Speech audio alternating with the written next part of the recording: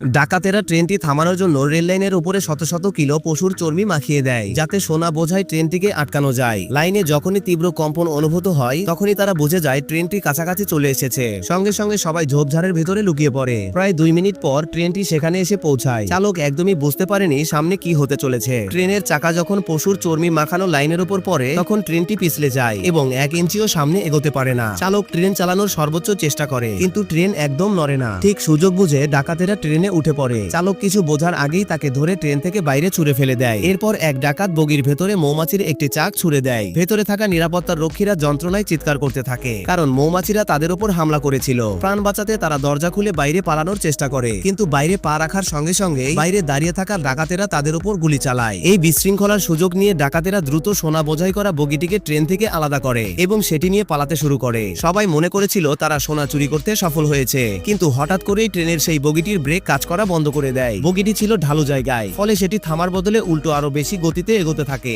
সামনে দাঁড়িয়ে থাকা ডাকাতেরা সবকিছু দেখছিল। তারা সঙ্গে সঙ্গে কয়েকটি দড়ি বের করে রেল লাইনের দুই পাশে দাঁড়িয়ে থাকা বড় বড় গাছের সঙ্গে শক্ত করে বেঁধে দেয়, যাতে বগিটিকে থামানো যায়। কিছুক্ষণের মধ্যেই বগিটি সেখানে পৌঁছায় এবং শেষ পর্যন্ত ডাকাতেরা সেটিকে থামাতে সক্ষম হয়। এরপর তারা দ্রুত ট্রেন থেকে সব সোনা নামিয়ে নেয়। সবাই নিজে নিজের ভাগ নিয়ে ঘোড়ায় চড়ে পুরো গতিতে সেখান থেকে পালিয়ে যায়। পরে যখন গার্ডরা সাহায্য নিয়ে পৌঁছায়, তখন তারা দেখে সোনা বোঝাই করা পুরো বগিটাই ফাঁকা হয়ে গেছে।